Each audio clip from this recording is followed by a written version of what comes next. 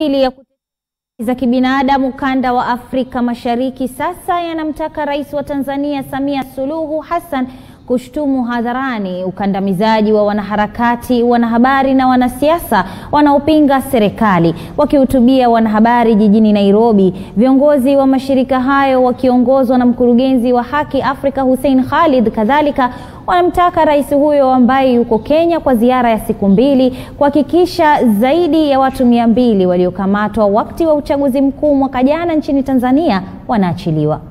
More power to the President of Africa, more power. More power. African women in the front line. Organize. Awe ni mfano mzuri kwa wanaume, wale marais wanaume ambao labda wanaendelea kunyanyasa wananchi wao.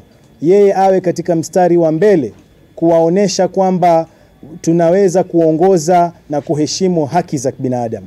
Kwa hivyo tunamkaribisha Kenya na tunamuomba hawa ndugu ambao walishikwa wakati wa uchaguzi wanaozidi 200, tafadhali aweze kuangalia kesi yao na afanye bidii ili waweze kuachiliwa, ili haki iweze kutandaa Tanzania nzima, Afrika Mashariki na barani Afrika kwa jumla. Sisi tunaonelea itakuwa vizuri akiweza kuwafikia wote walioko kwenye upinzani, walioko kwenye makundi ya kijamii, walioko katika vyombo vya habari ambapo labda katika serikali ya awali walijipata katika mshike na serikali.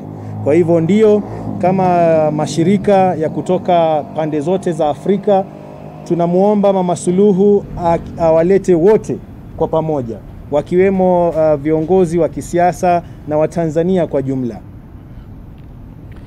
Mtazamaji